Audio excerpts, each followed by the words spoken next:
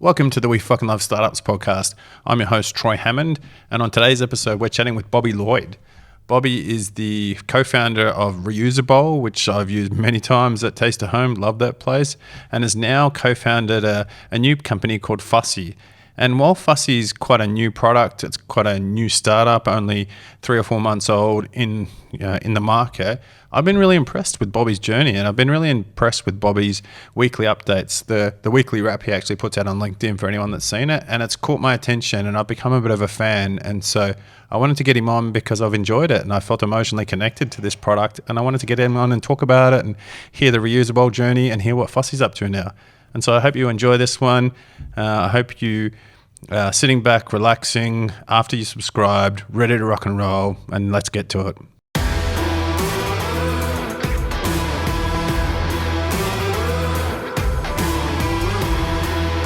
Kia ora. Thanks for tuning into the We Fucking Love Startups podcast, brought to you by Talent Army. It's fucking good to get you on, man. I really appreciate your weekly role, and I love the fucking emoji. Yeah. You know, I heard something really funny just recently. Emojis are dead. Oh, really? I honestly, is this a Gen Z thing? Yeah. Full Gen Z thing. Yeah, I know. It kind of blew my mind. I was like, I'm just getting the hang of them. Yeah, welcome to my world, bro. You get old fast with generations, Yeah. The laughing emoji that we weren't allowed to use that. Now we're not allowed to use any emoji. Yeah, I know. All of them gone. Yeah, my daughter laughs at me all the fucking time. She's like, "Oh, Dad, you're such a," what does she call me? She calls me a baby boomer, and I'm like, "I'm Gen X, dude. Baby boomer. I'm Gen X. How old do you fucking think I am?" Just hit right there, eh? Yeah, 43, man. That's over the hill for a 14-year-old. And so, yeah, I feel like an age at that age. Yeah. So no emojis. That fucks everything that I do online. Yeah. So actually, you're resonating with us, right? You're resonating with millennials, and you're resonating with Gen X, right? Which is a lot of the audience. It's just Gen Z. They're not really purchasing much at the moment, so it's kind of okay. True. Yeah, but they love that engagement, though, right? Yeah. So, yeah. Man, actually, I saw online that someone tried to get you to use a different emoji, and you were like, "Nah, it just doesn't work as well," or something. Yeah. What happened? Remind me about that. So that was actually quite funny. So Kieran at CJ, Obvious Brand Partners, yeah. So he was looking at using, I forget which emoji it was. Because I'm using a wrap, like a food item for the weekly wrap, right? Which feels like pertinent, right? Yeah, it kind of fits. I've been around food. I've got a start up in food, so that kind of fits. And then what I forget the exact emoji he wanted, but yeah, I kind of responded. I was like, yeah, I don't know. And then he backtracked a few days later. He took a night on it, and he was like, actually, it fits. It's fine. Yeah, maybe he just needs to get into the Gen Z world and realize that it's all irrelevant now. Yeah, well, it's a branding guy. Shout out to CJ. I love CJ. He's such a good guy. Yeah, he is. CJ and I actually have worked in a startup together a long time ago. Wow. It's a topic for not on a podcast, or it's actually CJ's and I's podcast, I think, because it's probably a whole Netflix documentary on how you shouldn't do a startup. I think I've mentioned this before, haven't I, Jono? So I can touch on it. Where, I came up with the idea, brought a CTO co-founder in who, the quick highlights are, started taking a little bit of drugs to stay up all night in code. That turned into him buying a lot of drugs on the black, what was that? The Silk Road. Silk Road. Yeah. Then cops raiding him. Wow. Yeah, getting arrested. Getting divorced, marrying a prostitute, and then him and the prostitute went on a high-speed police chase to Auckland, and him getting arrested, and then all this was happening all without my knowledge because I was moonlighting, with my other job, not wanting to take a salary. So then I came into the business after we got investment, and he wasn't there, and I was like, "Hey, where is X?" And CJ and another person were like, "Oh, I don't know, man, but it's not been good here for the last couple of weeks." And I was like, "Fuck!" So then I found all this out, and then had to go hat in hand to the investors and say, "Yeah, we're all going to dilute our shares and leave, and this is what's happening, and you need to know about it." And so, wow, that's wild. That is its own podcast in itself, and I really look forward to hearing that one. Yeah, I know. I'm just not sure. How much I can connect dots and talk about the people involved there. But I feel like it's a bit sensitive, I guess. Yeah, good fucking story. And man, I learned a lot on what not to fucking do. And, don't take drugs and buy drugs off Silk Road, or maybe do take drugs, but don't get arrested by the police, whatever it is. And definitely don't go on a high-speed police chase with the, Yeah, it's probably quite a good lesson on boundaries, because I think a lot of us do that, and not to that extreme, obviously, but there are elements of your life that you try and expand, like be it work or be it play, either way, and you've got it's always a balancing act. And I'm at every age, I'm not finding any magic age number that's fixing it. We've got to draw some important boundaries about it. And there's actually a really interesting, I learned this today, in fact. One of the founders in a CEO circle that I'm part of, he applied for YC, for Y Combinator, got to an interview stage. And he was saying it's really funny because, the last 4 or 5 days he'd just thrown himself at work, and it was burning him out, even that short period of time, but it was 24/7 trying to get the interview ready and everything.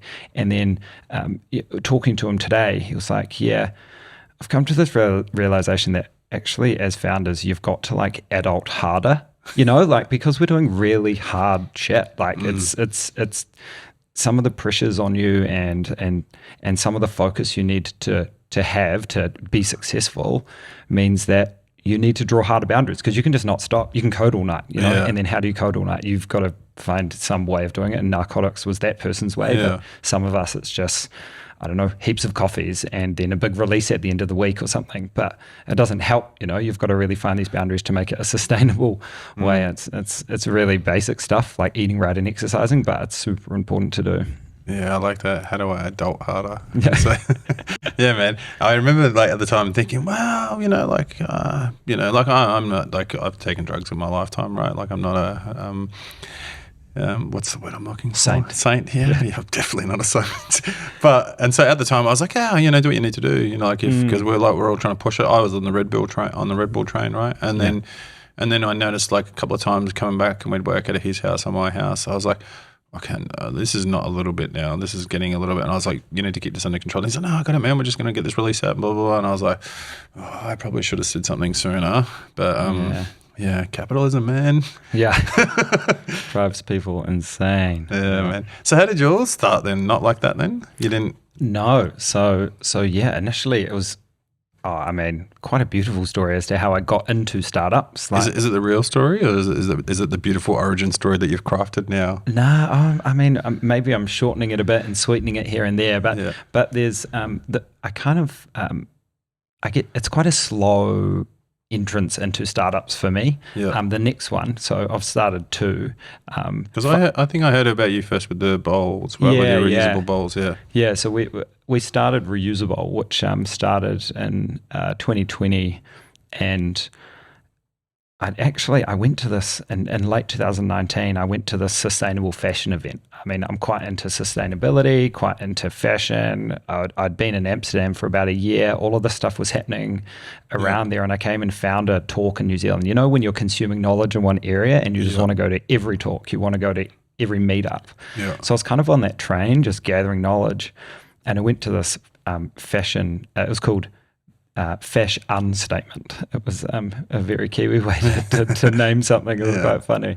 But I went along, and I actually ran into a friend who introduced me to another friend who said, hey, you've been working in sustainability. At the time I was a sustainability consultant, and I was working a lot in hospitality, just working for myself. And then he said, Meet Sarah Boer. She actually pitched this idea at Climathon, which is a startup event, like a hackathon for climate ideas. And they won a bunch of money, $4,000 or something. But their idea was good enough to win. I think you guys will get along. And then it was great because it's so serendipitous. I got my phone out. I spoke to Sarah, and then I got my phone out and showed her the list of business ideas that I'd been writing down, and one of them was a reusable packaging system, and she had literally pitched it, 3 weeks before, and won a bunch of money. So a few coffees later, and we're working together, after hours, and we're building it up slowly. And over time, we brought it to market, and we worked together, and it was this really cool journey of going into it, both from different aspects. I had a different idea for what it actually became, and so did she. So she had been working in branding and marketing and advertising all through the US, and then she'd been doing a lot of copywriting in New Zealand, and at the time was kind of doing some contracted copywriting, but her and I both basically worked on it at night for a few months. Then we got into an accelerator at Creative HQ. Yeah. And it was kind of crunch time. We were like, well, do we commit? Do we not?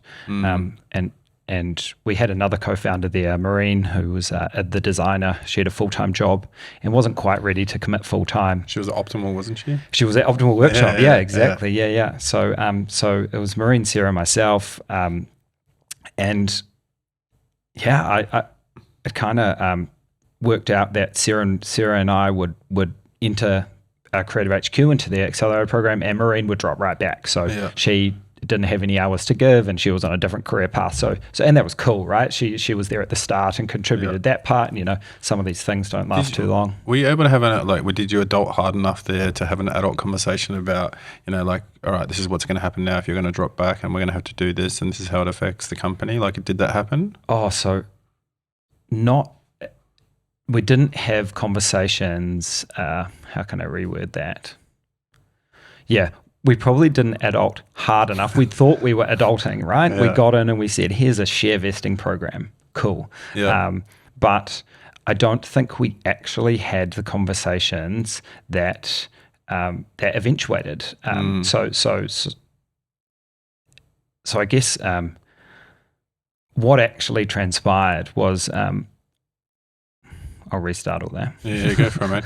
I guess what I'm trying to say, if I frame this question to you, right, what I'm trying to say is that I deal with so many startups that they jump all in together, right? And then evidently, right, so in this case, Maureen, you said had to pull back a little bit, right? And then two people have to go a bit forward, and I'm always all right, before we do all of that, right, let's just put some shareholder agreements in place that talk about, if someone's going to leave, this is what's going to happen and the likes. And so I'm trying to get earlier stage people to adult harder, and, the legal elements, the conversations that you can have up front so that everyone's on the bus. And so did that happen with Reusabowl? So it happened too late. Yeah. And then also we didn't have enough of the conversation. So we only had part of it. Yeah. So and I can compare this directly to my current co-founder, Greg Lowe. So he was an ex-lawyer, and he adults very hard. That lawyers be lawyering, right? Honestly, and I am so thankful, right? That we sat down and we've had some very serious and in-depth conversations. And most of the time, it's not about the terms of the agreement; they come afterwards. Yeah. It's about, what do you want from your life right now, in 3 years, in 5 years? How is this and how am I going to fit in that? Yeah. And how do we ensure that we can build a business that is going to fit your lifestyle and what you want to achieve in that period of time? Yeah. And I mean, before you even write terms, sometimes you find out that these people don't want the same things as you, so the business was never going to succeed in the way that you think it might. So so with Reusabowl, things weren't working as well as the team, and the product didn't really find product market fit, and there were these elements that were, I guess there was blame that was being fired everywhere, and it was quite an unhealthy situation. We all are really great friends still, and we were then as well, which made it even harder. You're trying to not piss someone off, but the business is suffering, so is your relationships, and then you're getting home and venting to your partner or your friends about it. And it all came to a head at this one point, and we needed a mediated meeting around with one of our coaches, actually, Michelle McCarthy, at the time, about what do you want? What do you actually want? And what's wrong? Why is it not working right now? And it just felt like we were all running in different directions. Yeah. And letting that all out helped out so much. And then we wrote terms down, and then we all agreed on it, and we adjusted shareholdings accordingly. And it felt like such a relief. And then we could just run. We knew we were going. So I was like, oh, okay, good. We can take off now. And that's why I wanted to stop you there and ask you particularly about that, right? Because that's something that I'm really passionate about, is that, so I'm case in point, right? I'm one of these fucking idiot serial entrepreneurs that I love the start of something. I'm the idea guy. Usually I bring the idea to a group of people, and I'm like, let's build this. And then we build it. And I'm like, yeah, okay, I'm going to go on the next thing, And so so I'm very conscious of hey, like, even though I may bring the idea, I'm not going to be able to play that role down the path. And we need to figure that out and have that conversation from day one, because I don't want you to then go 6 months time like, what the fuck are you, Troy? What are you doing? You know, what's happened? And I've seen it happen with so many early stage startups where the business has imploded because they didn't have some awkward conversations up front, and then off the back of those awkward conversations, drop the right terms and shareholder agreements and share offerings. And so I think that you talking about that's going to help a lot of people to go out there and go, yeah, let's do it right now. I hope so. And I mean, it seems like a boring conversation to have. Like, hey, if you die, what's going to happen to your shares? You know, are they going to be, are they up for offer to the rest of the company as first right of refusal? Is your partner going to get them, who has no expertise or idea in the area that you're in? You know, all these types of conversations need to be had. I mean, Hashtag key person insurance. Yeah. Right? Hashtag if an insurance company, there's a guy chasing me at the moment for key man insurance, right? And he emails me weekly. We've already got it. I can't remember his name. If he wants to sponsor this podcast, because that is really important, especially if you get fucked up by a truck, you want to know that the business is going to be able to go. The business wants to know that, you know, where my shares are going, and, you know. Oh, completely. Yeah. There's nothing more important than some of those conversations that avoids so much awkwardness down the line. And as I say, like, having those just brings out some of these emotions. People get weird around money, and if you have it early, it's really it just sets the tone, sets the boundary. Hey, stuff can change too. Yeah, life changes a lot. Greg, now my co-founder, now we review our stuff every 6 months. Hey, do you still feel the same about this? You know, are we still?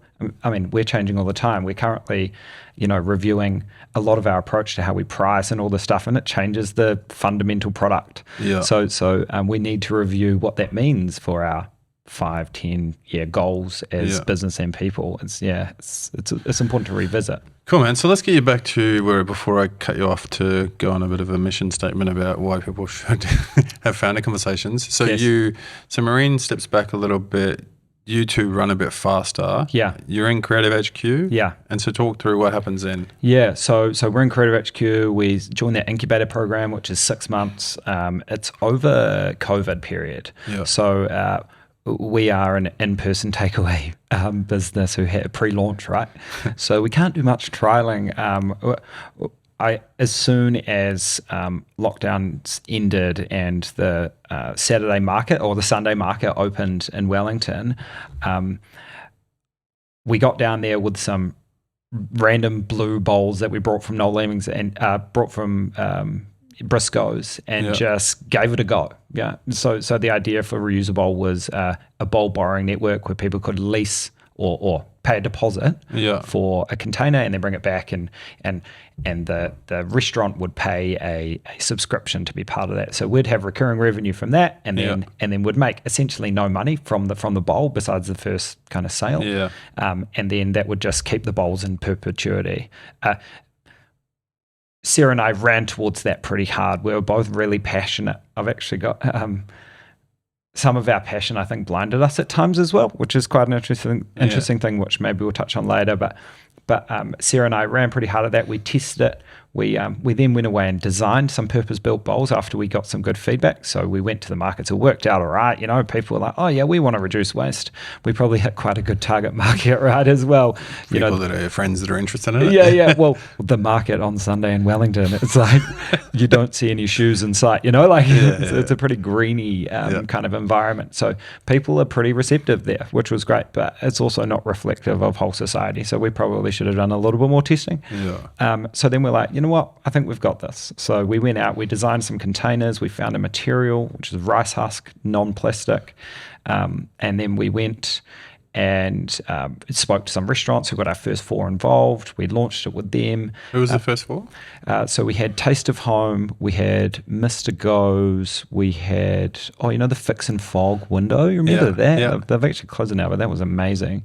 And the last one was Pickle and Pie. Yeah. So like I Taste at Home was like right across from my old office. I used to eat there probably 2 to 3 times a week. Yeah. Man, I was using your bowl a lot. Yeah, I mean they were our best performer by 500%. They're perfect. They have this cult following of people that return, like they have 1,000 Troys that come back every week and ask them, please open longer and on the weekends too. Yeah, I know. Yeah, well, that's part of what I loved about doing this as well, was meeting the owner operators. So Steve and Tina from there are amazing. They work so hard, and you can taste the love in their hand-pulled noodles. Yeah. Like it's amazing. So yeah, we trialed with those first 4. It went okay. Taste of Home was really great. Yeah. The rest of them were okay.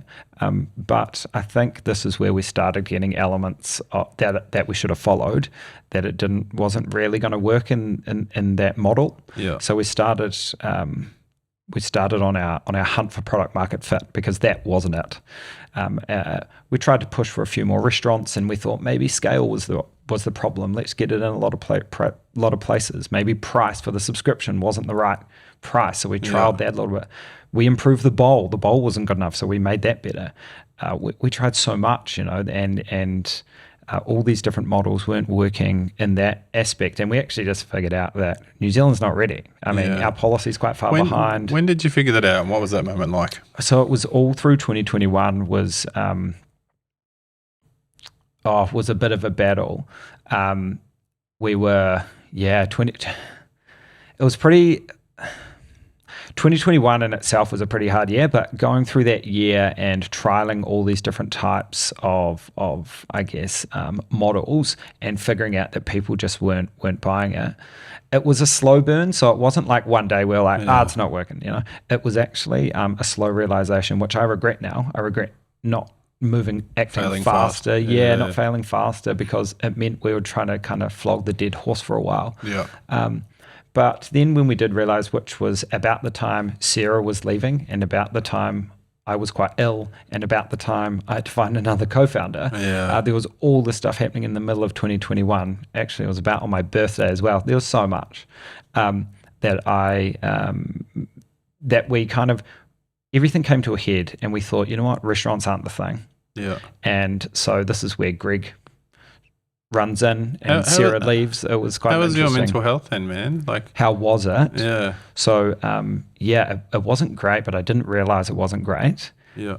So at that time, my partner advised me to go see a therapist. Mm-hmm. And I'd done this previously, just, once or twice I'd spoken to counselors and stuff. I've got a ulcerative colitis, which is a bowel disease. Yeah. And I'd been misdiagnosed when I was quite young, and then it kept on affecting me. And I went back and got diagnosed again, and they were like, oh, okay, well, you've got this serious disease that you should have been medicated for 10 years, and we missed it. So I was like, oh, thanks. But then I came to Wellington. I got great care. I had a bit of a flare-up, is what they call it. So my whole body inflamed, and I lost heaps of weight, and it was quite gnarly. And I was also super stressed with work. Yeah. So that's really the contributing factor which got me there. So at the time, I was asked to make a decision about my health. It was have your bowel removed and have a colostomy bag, and then you might get a reversal surgery, which is where you connect it together minus a large bowel, basically. Not too bad. It completely eliminates the disease. Yeah. Right. Or chemotherapy to delete the immune system, to then restart it, hopefully with no more disease. Yeah. So that mostly works as well, but very, very tough on people. And the last one, which worked, which is a biologic treatment. So I get infusions every 6 weeks of a synthesized rat protein, which is quite interesting in itself, but I get that every 6 weeks, and it basically sets me back up. So my immune system gets back to normal. I can process foods normally, and it feels like I get leveled up in energy every 6 weeks, which is pretty amazing. Yeah. So I'm going through this all at that time, trying to decide which of those 3 I should choose. Companies struggling. Co-founders left. It's winter. It was like a serious situation. So by myself in this dark, cold flat in Lyle Bay. Did you have a stack of bowls that you couldn't sell? Not just a stack. We had like 40-foot container full of bowls that I couldn't sell. Oh, fuck, bro. I'll take a couple. Yeah. Oh, it was But it that was shit grim. defines you, man. Oh, dude, so yeah. Oh, you're saying, I was talking to a therapist. So my partner advised that I go speak to a therapist. She was like, "Look, I'm a massive fan of therapy. Yeah, I see one a lot. Yeah, they're great. I mean,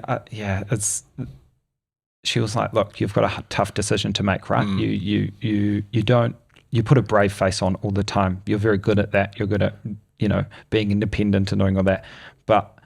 Not only are you going to suffer later, but I'm going to suffer as well, and so are all your friends. Yeah. And when she said that, I was like, shit, okay. and my family and my friends, and that was like the biggest part, because I was like, I can deal with myself, I can handle that. But it was just them, and it was just being an irritated person 90% of the time is no good for anyone. Yeah. So then I saw a therapist, I got through that. Greg walked past like a unicorn that I had to capture. How did you capture him? How did you Pokemon him? I think he likes torture, because I was talking to him about this failing of the business. Well, not the failing, sorry, the departure of Sarah, me about to be by myself, and then, struggling through the product market fit phases of business. Did you tell him the health issues as well, just to suck him in? Yeah. I was full pity play, right? Pity play. And he's over there at Treasury being an amazing lawyer, and he was previously a banking and finance lawyer as well. He's got this incredible experience, and I was telling him all about it, and not thinking that Greg's gonna be interested. He's just a mate, And then about a week later, he's like, "Hey, I'm trying not to overthink this, but I'm actually really interested in joining you at Reusabowl. Do you reckon I could replace Sarah? Let's have a conversation about it." One of the best texts I've ever received. Like, it was so great. And then over the next kind of month, 2 months, about 6 weeks, we kind of slowly onboarded him and offboarded Sarah. Yeah. And then Greg and I, as soon as he got in, I was like, okay, so we're changing the business model. Welcome. Yeah. It was honestly week one. It was crazy, and he was into it. He was really into it, and he rolled with it, and he took it, and they're like, I mean, we haven't stopped since, which has been amazing. So we're a great team. But can we just put a pin in that for me to say that out of all the origin stories I've heard, this has been my favorite so far. Oh. This is like, warts and all, this is what happened, and it was fucking amazing. But there's been so many lessons in that, man, and it's just a fucking really fun, authentic story. So thank you. And I'm taking the pen back out. So you and Greg get together after this text. Oh, yeah, thanks for that. So I get this text from Greg, and I'm like, oh, this is amazing. And I kind of talk to my partner. I'm like, do you think he's being serious? She knows Greg really well. She actually introduced Greg and me, and they were friends. So we, and I'm like, oh, I mean, he's an incredible guy, but like, will he even be interested in stuff? He's a lawyer, These people, like, they talk about risk every day. Risk is their thing, and we do stuff that's not very legal. A lot of startups trade insolvently for like most of their life. Yeah, we haven't got any side paperwork for that, man. We're running hashtag like hustle culture, right? All that, and there's, and sometimes to take big risks, or well, not big risks, but to validate a point, right? You do a little test, and everything we've done has been compliant, by the way. But but to build fast and to find out information and to go interview people and figure out this and that, there's all these different there's the big corp way of doing it, because they've got massive risk. Yeah, we don't have that much risk. So like the kind of hard and fast way of doing it, I thought may not align with him as a person. And then you drop that you're changing everything. And then I drop that he gets in, we're changing everything, and he's like, how do you pitch that to someone that's just like, if I'm a fly on the wall right now, how did the conversation go? I'd love to know. So it was actually... did you make him sign any documents before? Because that would be the full lawyer fucking fuck the lawyer move. And now we're changing it. Yeah. So we actually... did we? No. I think it was about 2 weeks in. We had the onboarding slowly for about 6 weeks, and then we had kind of 2 weeks working together to make sure that there's been 2 months now. You kind of get an idea. You've been in the seat for a bit. Okay, cool. And then I'm kind of, I get all of our past numbers together, and I'm like, hey, look, it's going like this. It should be hockey sticking. I don't know what's going wrong, kind of everything, but let's just try some stuff. We haven't got too much on the line. Look, we've got a whole bunch of bowls. We've got some interested corporates who are inquiring with us. We've got people who want it. Like, people kind of like this bowl, but like, we just need to find who those people are and who are actually going to pay for it. Yeah. So then, so we put our heads together, and he was really keen. Yeah, he was really interested in what this new journey would be. I think also because at that point it meant that it was him and me building this new piece together instead of him joining an old model, It's kind of like if you get a new girlfriend and partner or boyfriend or whatever, and then you go, oh, well, they can't move into this house that I've shared with my partner for the last 5 years. Maybe let's go and get a new house together, and it's a new thing, right? And so same sort of feeling. 100%. Yeah, absolutely. Or it's like picking up a new hobby, or, there's something that you do with them together that only they understand, and you're not comparing it to a past with this person or that business or whatever. So yeah, we start going down this direction, and it works so much better. We end up, selling packages of bowls. So like, we call it the bowl library. It was just reusable packaging that would sit up in their office, and staff would use it. We realized that people weren't using it around town because they didn't want to pay money. They didn't want to pay $10 for something they never had to pay for before. So that decision to buy packaging didn't exist. And honestly, I don't really think it should exist now. You shouldn't inconvenience the consumer. You should just enhance their experience. Yeah.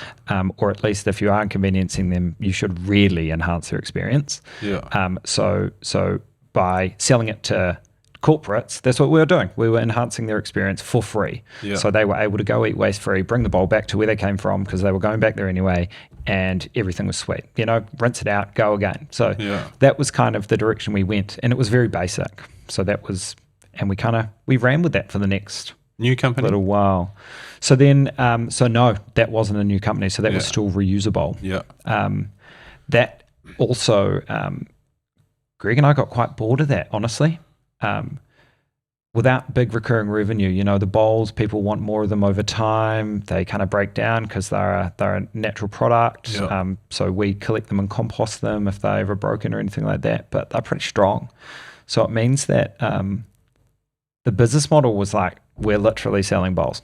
Yeah. And that's very far away from a network of subscription-paying restaurants. Yeah. And back then we had all these ideas about apps and all this stuff, and now it was selling bowls. So we could calculate how much impact we were creating from an estimate, and that's great.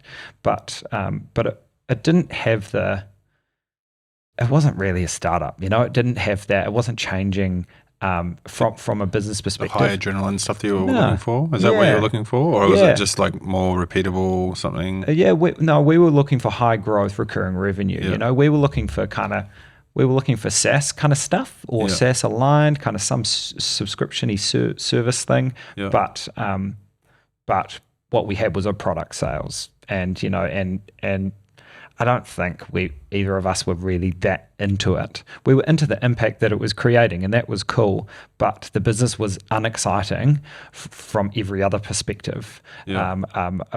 For us, it kind of got to the stage where like, okay, we can go out there and we can sell some bowls, or we can look for another way to enjoy what we do every day, because we like working together. We've found a few, elements and areas and sectors that we really like. We've also found some pretty cool problems that we can go and attack. Yeah. So why don't we just cherry pick a few of those and see where we get to, which is kind of where we got to with how we landed on Fussy, actually. So how did you land there? Talk me through that, because for a start, man, like, it's good to have so Greg with his skills and adulting ability as a lawyer, and like your background from where you've come from.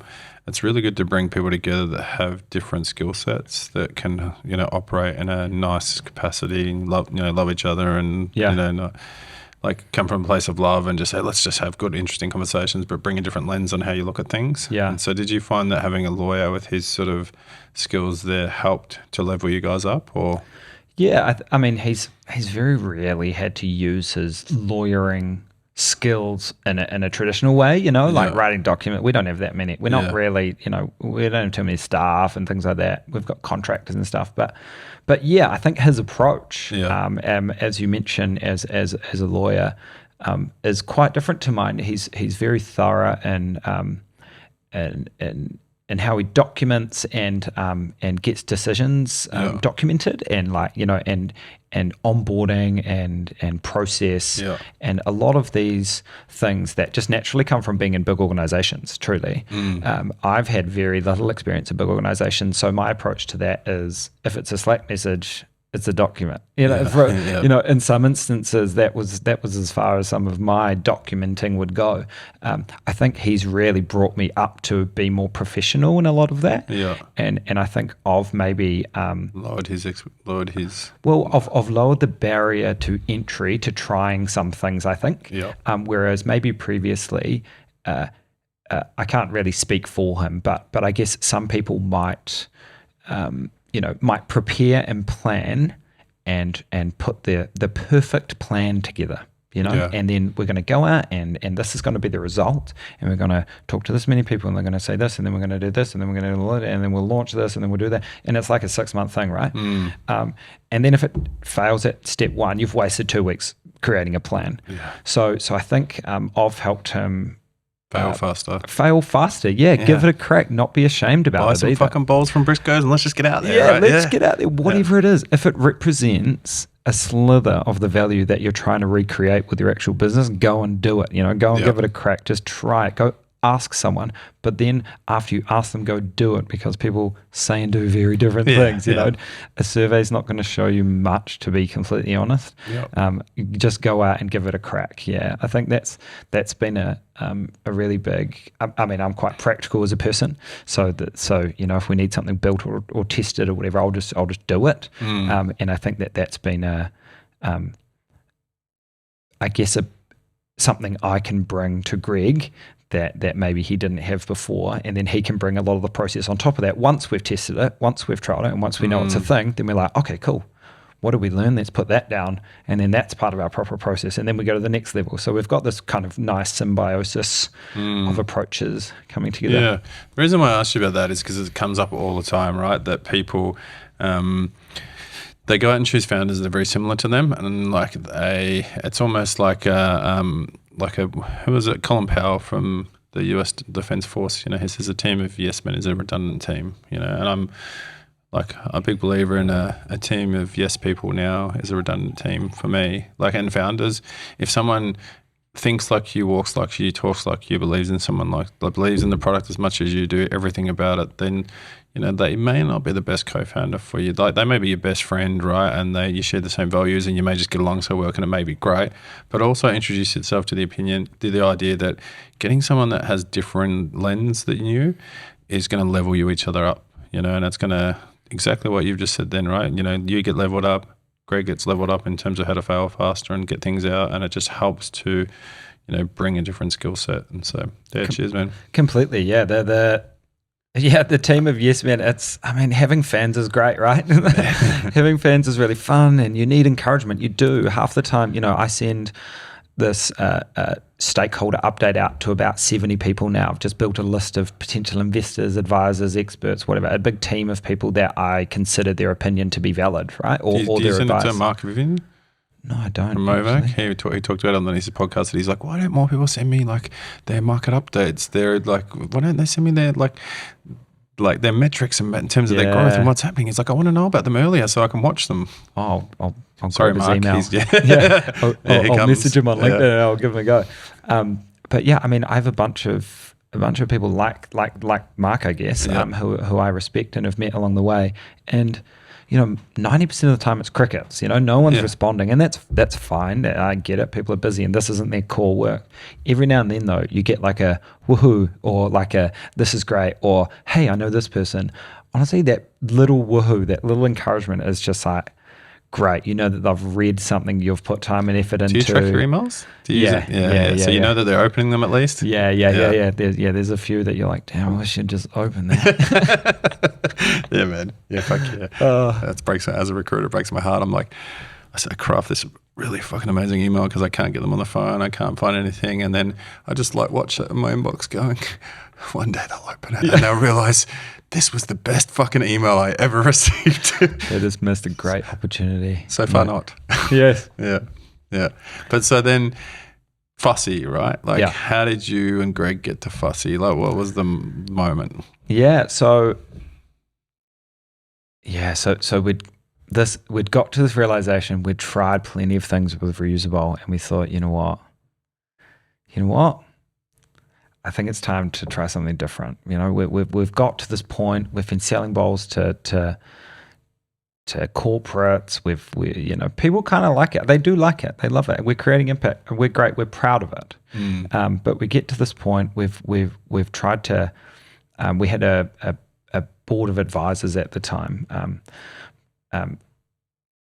Who were kind of trying to direct us in certain ways. I think at that stage we probably shouldn't have had a board of advisors, to be completely honest. It wasn't the right fit. Bit of overkill. But a little bit of overkill. That's maybe that's another piece of advice we could talk about later. At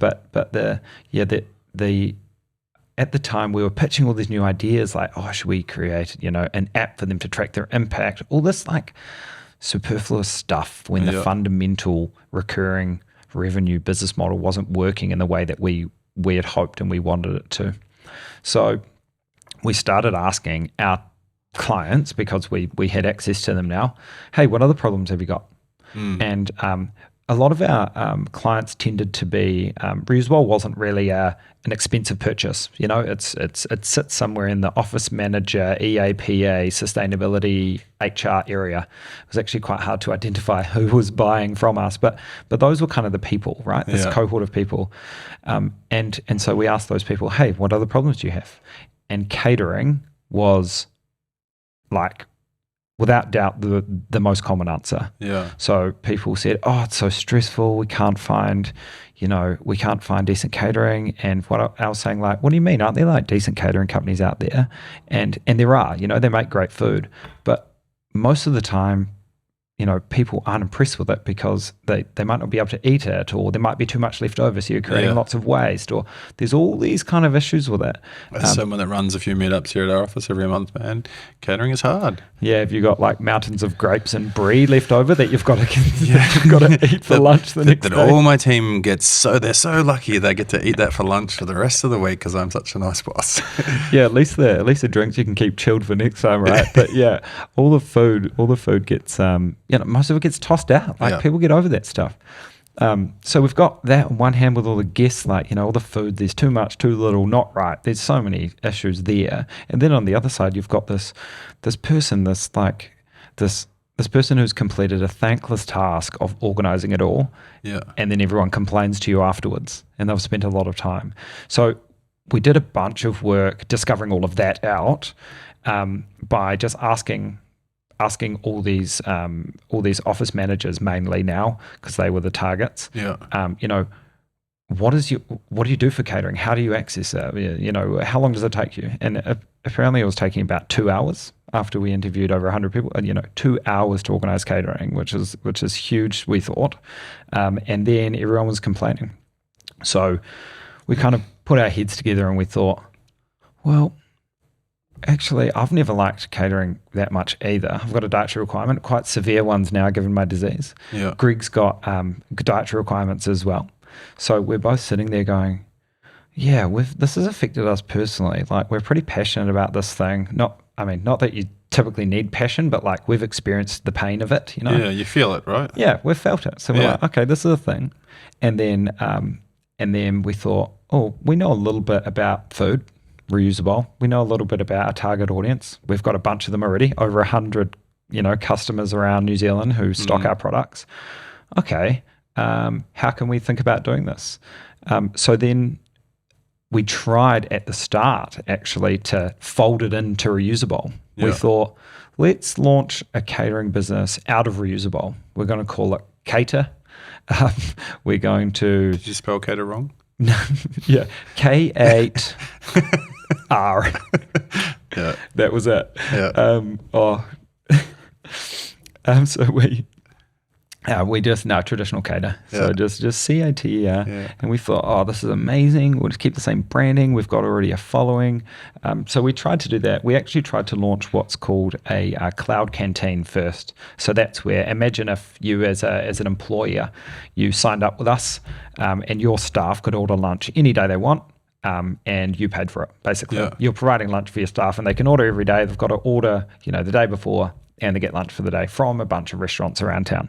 We make the menu, we do all the kind of the light tech in the background, and then we pick it up and deliver it to you.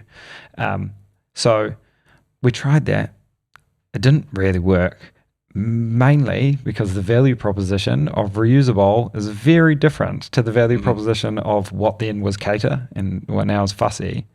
So Greg and I were like, damn it didn't work, We didn't realize that, but at the time we're like, oh, it didn't work. People don't like it. Catering's screwed now. What are we going to do? And then we kind of, we realized, we interviewed a few people afterwards. And one of them was like, oh, well, why don't you just focus on events? Like you're doing a lunch thing. And no one orders lunch in their office anyway. We're not in New York. We're not in London. People walk outside in Wellington. That's part of the culture. So, okay. So we tried a few events and then they worked really well. We were like, something in this. There's something in this. So then we're like, okay, so it's more of an event thing. It's less of a lunch thing. And then so we started talking to the organizers and they were like, no, like you have no idea how much praise I got from our staff after they got to choose their own meal. Like that's the best catering we've ever done. Wow. And it was just like straight away resonating with people. So we're like, okay, there's a thing here.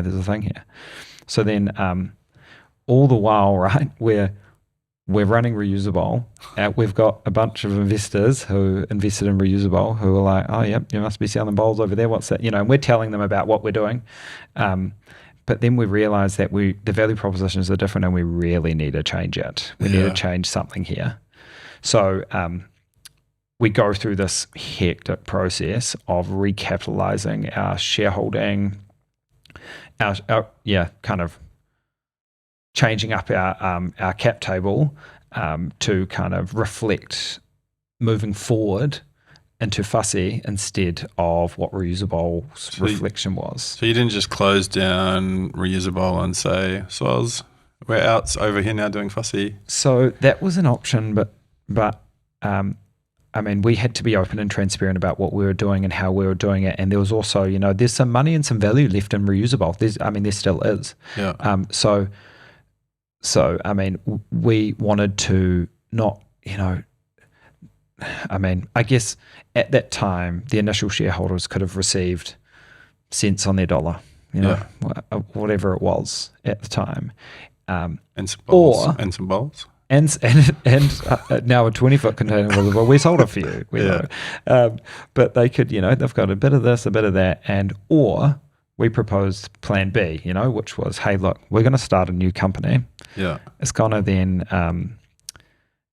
and you can be part of it if you believe in it. So it was actually really like a traditional startup pitch to our existing investors of a new company that we're building, and we'd bring them in.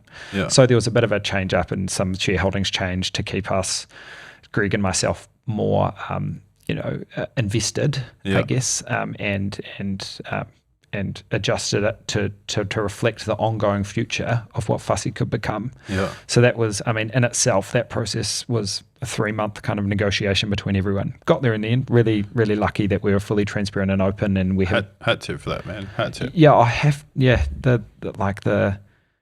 I've heard that story a lot before, and it doesn't usually go that way. Oh no, It's normally like, Soz, didn't work out, closed down the business.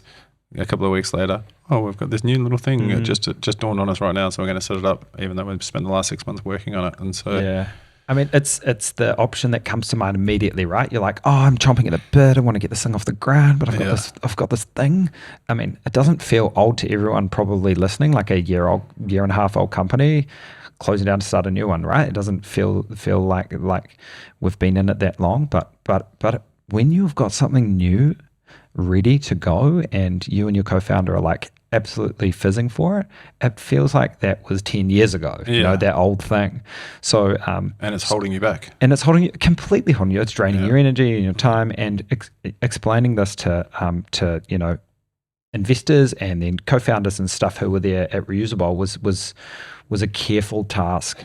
But I'm very proud of the way that we were transparent and thoughtful and the way that we went about it. And we're all friends, and we still have investors involved in Fussy that were in Reusabowl, and it did go, like, honestly way smoother than we thought, which we're very lucky for it to have gone that way. Because as you say, I've met lots of people where it hasn't. New Zealand's tiny. We need to be mindful and careful, right? I think, and this is where we need to protect attempts, not like failure. I'm trying to remove the word, and I keep saying this, but I'm trying to change the vernacular to say attempt instead of failure, right?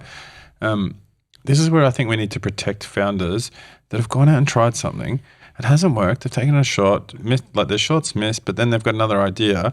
But the information that they've garnered in that attempt, like the information that you went through in the process that you went through with the Reusabowl, got you to the point to get to Fussy, right?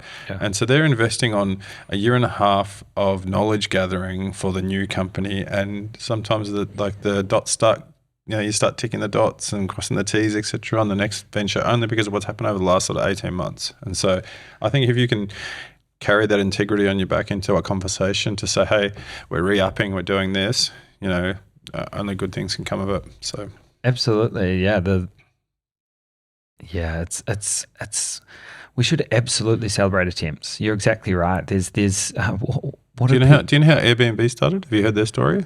Oh, didn't they launch like 5 times or something crazy? Yeah, but before that they created a product, Obama O's. Oh yeah, cereal. That's right. And then off the back of the cereal his fuck-ups with everything else, the Y Combinator said, hey, why don't you come in and let's chat about this weird funny Airbnb thing, because I like what you did with Obama O's. And so no ideas are that crazy. I think inviting all those ideas in and giving them a bit of airtime is quite important. It's radical ideas are the ones that are often successful, but they seem crazy at the start. Yeah. So like obviously Obama O's was absolutely nuts, but it caused enough of a wave and was inspiring enough to somebody who gave them a shot, and look at them now. It's wild. I think you're exactly right. So Fussy, right? So people that are listening to this right now that are like, holy fuck, this origin story is amazing. You still haven't even really told me what Fussy's doing now. Tell me what it is in your elevator pitch. Great, yep. So Fussy is a personalised catering service. So we empower guests at events to order their own meal from restaurants. So we're a technology platform. We have so what events? Say my wedding, for example. I'm not getting married, FYI. I mean, we're building up to your wedding. Yeah. We've got a few inquiries about weddings recently. So for us, it's a combination of the right vendors, and the right vendors, the right packaging, and our technology can really solve it all. There's no real limit to the amount of meals we can do. Yeah. We can just add a few more vendors on. So right now, we mainly focus on lunchtime for corporates, because that's the most catering that happens in a city. Government departments host big things, right? They usually just get scones and sandwiches from wherever they've been. Yeah. So now I can order like Noodle Plus or Taste of Home. Absolutely, yeah. So we work in a kind of a clustered way, which means that if you've got an event down the Lambton Quay end of town, you'll get a different variety of restaurants that are right next to each other, so it's easier for us to collect and deliver them. Yeah. Then somebody who, say, in your office here, Talent Army, if you order catering for an event here, then you'll get a cluster, probably Willis Street. Because that's the closest bunch of restaurants that are on our menus. Yeah. And then based on what budget you choose, we send you a curated menu. Based on your location, time, and budget, you'll get a set of meals, and then you send that link to your guests. They order,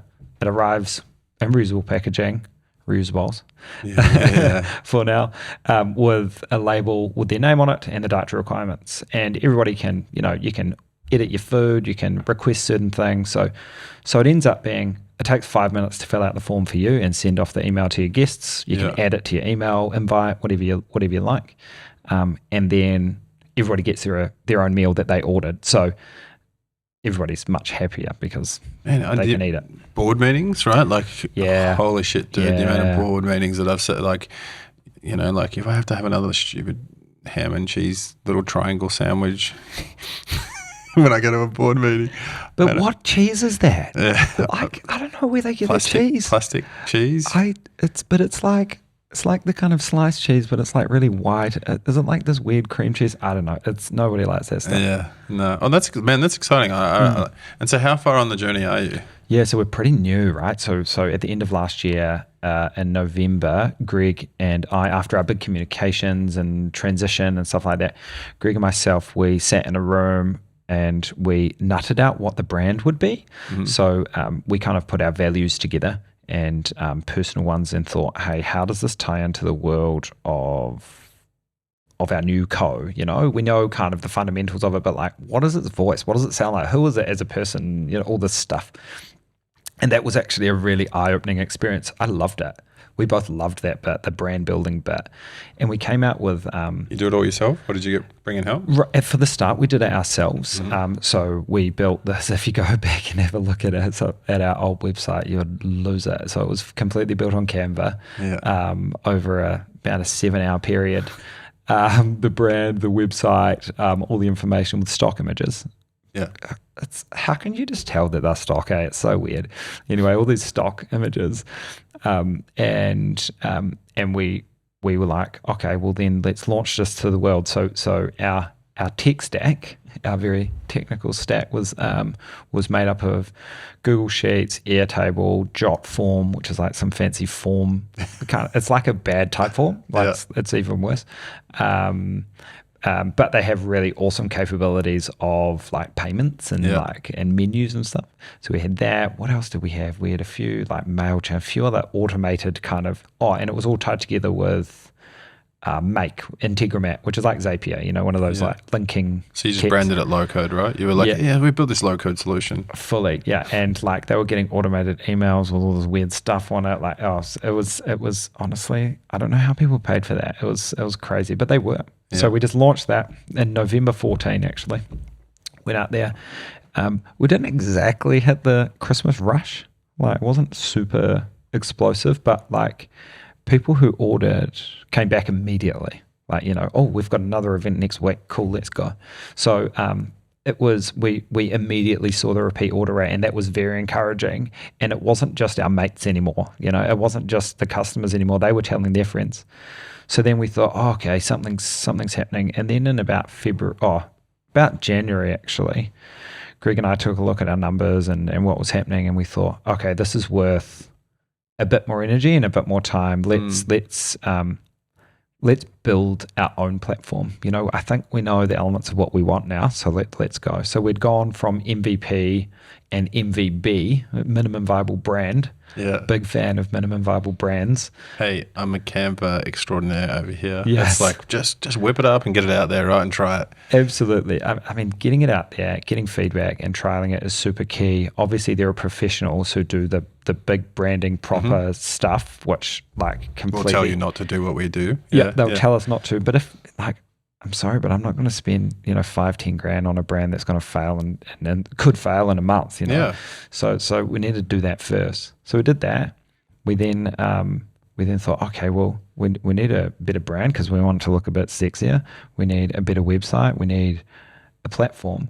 So then we spent the last kind of February, March, half of January, then February, March doing that. And we've got an incredible guy, Nick Highland, who is our developer. Is it X? Nick Highland. So he's founder of Flamingo Scooters. Yeah. Honestly, we work with Nick when he had Flamingo. Guy. I think we helped him with a couple of people. Yeah. Amazing guy. We're very grateful to have him as developing this with us. Yeah. So he's been putting that together, and he's got his full-time, he runs his own company, which is really successful and doing really well, and launching all over the place.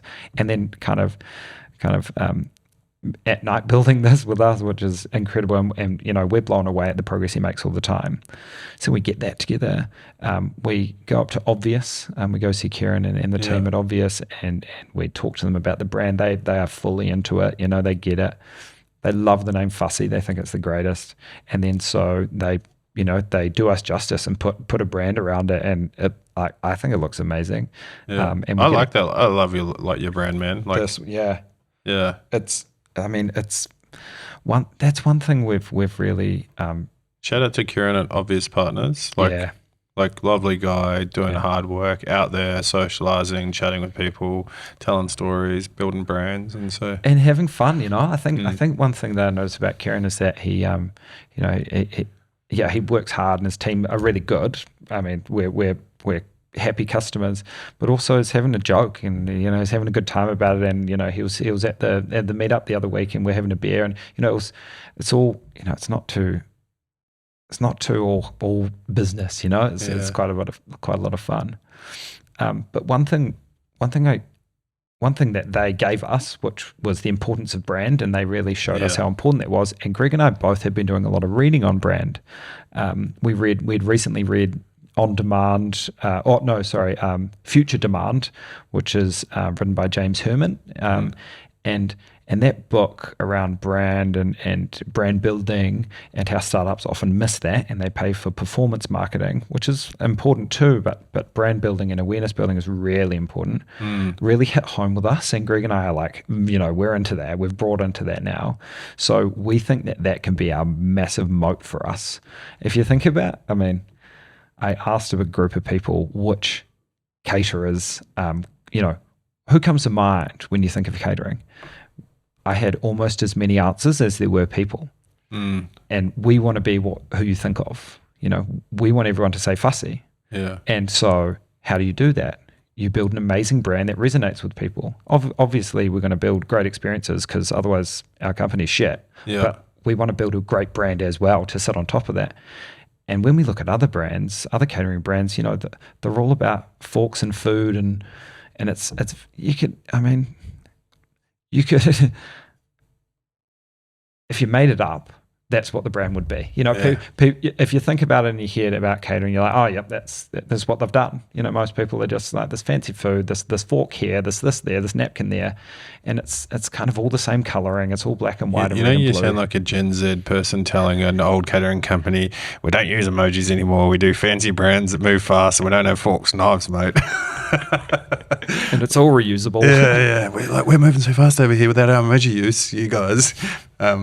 No, I totally get that, man. Like, I instantly, my mind goes to like Ruth Pretty catering, and like in my mind, and like I've been sharing this journey with you guys. I've been watching it online, and learning and reading about it each week. And I don't get the emails; I'm not that important, but like Mark can relay them to me in the future.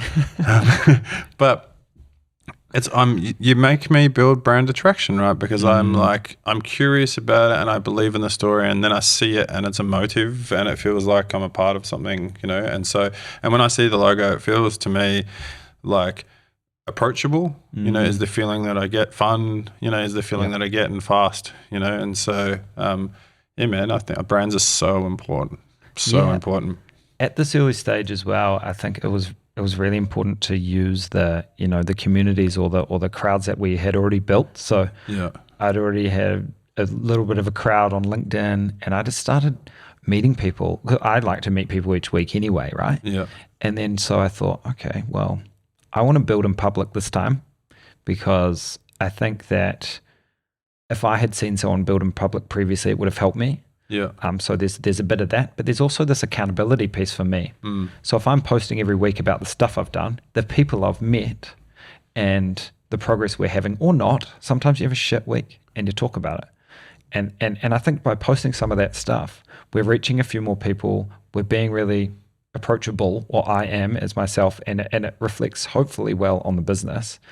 And I think it really has. We've seen a bit of a following now, coming on to every week, they'll like or kind of comment on the posts, and Fussy's in there, and people are liking it, and we're getting direct messages about Fussy, and we've got a few sales from it. And not that that's the main goal, to get like a sale every post or whatever. There's no metric around that right now, but I think it just helps build that story, and as you say, then that's part of the brand as well, and part of the whole story in itself. Have you read the book Raving Fans? No, not yet. Really good one. I encourage you to do it, right? That's for me what I think, what you're doing at Fussy, right? Like, you're starting to build these people that are raving fans, and raving fans talk about you with other people.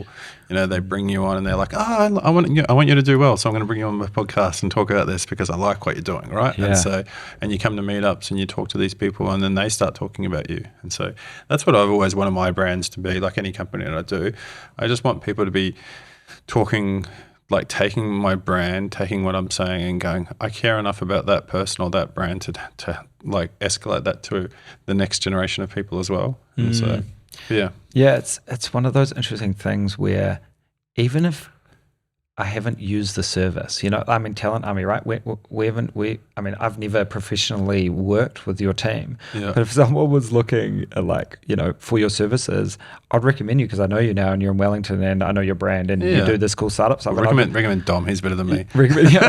So I'll get Dom on the job, and it would be, and that's just because I recognize your team just from being out and about, and you interact with us, and we're not strangers anymore, and it's easier to recommend people than a blank slate of people you don't. So I think you're right. That Raving Fans, I should read that book to kind of solidify this. It's a good one, man. Hey, so I said recommend Dom, but he's now saying that we need to wrap up. He's giving me the 5 things, so I probably don't recommend him anymore. He's trying to kick you off. So that means that I sort of have to wrap things up. Cool. So if people want to learn more about Fussy, where should they go? Yeah, so if people want to learn about Fussy, head to wefussy.com if you want some catering or you just want to check it out, or follow me, Bobby Lloyd, on LinkedIn, and Fussy on LinkedIn. So connect. Just fucking just connect with me. Just send me a connection. I'm probably gonna accept. I mean, like, I'm a recruiter, right? That's my job. Yeah. And so, hey, so I've changed up the question. I'm not sure if you've heard the last 3 episodes that were released yet, but of season 2. Or seen the last question, but if you have, you will know that the new question now is, what's the one nugget of information that you want people to see in the show notes and share, whether it be a book, whether it be a link to a website, whether it be a podcast, whether it be a newsletter, whether it be something like, what's something that you're like, oh, fuck that for me was a bit of a game changer. Everyone should go off and read that book, or that website, or that thing is a game changer. Yeah. This one's probably a little bit more specific to those just starting, but I think others could find value in it too. But it is that book I mentioned before, which is Future Demand by James Herman. Yeah. Very easy book to read. You could flip through it in your afternoon, and I keep it next to me on the desk because there are so many good nuggets in there. And I think written from a Kiwi is very helpful to read as a Kiwi founder, because he seems to remove a bit of tall poppy in there, which invades a lot of Kiwi founders. And I just think the importance of brand that I got from that, and that Greg and I both got from that, completely changed our approach to launching Fussy. Awesome, that's good. Yeah, I like when you mentioned it before, I mentally put it in my head, but now I have it in the show notes, and here it is here, Jono. I keep doing this to poor Jono. Yeah, you can put it in your hand instead of my hand. Thanks, Jono. Awesome, man. Hey, I really love this chat. Like, for me, I think when people just come on and they're just like, hey, these are things that went really well, these are things that we fucked up, this is what I learned, and this is how I'm really excited about my next thing. Like, they're the companies that when my personal investments, I want to see that people have been through a few journeys. I want to see that they've come out with an integrity, it's important for me that we champion these people that are taking risks to start a business, because it's only when you start a business, you realize on your birthday, sadly, sometimes, fuck, this is hard, and I've learned a lot, and I've failed fast, or I've done this and I've pushed myself. And so, man, awesome story. Really enjoyed it. I think lots of people really enjoyed it as well. And so thanks for coming in and sharing it, man. No, I really appreciate it. It's been great. And really support what you guys are doing. It's been, you've got some amazing guests. So I'm very privileged and very happy to be here. You're awesome, man. I'm a fan. I'm a raving fan. Cool. And I think the title of this podcast is going to be like Adulting Hard. Adult harder. Yeah. Cheers, brother. Cheers. That was a fun podcast. I really enjoyed chatting with Bobby. He's like a typical Kiwi guy, like I just felt like he was exactly the person in person that he has been online and who I've been connected to. And it was just a fun chat. I hope that you enjoyed that. I hope that you're adulting harder now because of it. And I hope that you are subscribing to the podcast because we are starting to really blow up, and you can be one of the early adopters where you tell people that I was on the journey from the start. I'm an OG to the WFLS. And so thank you so much for watching or listening, and see you on the next one. This podcast is produced by Jono Tucker from Empire Films.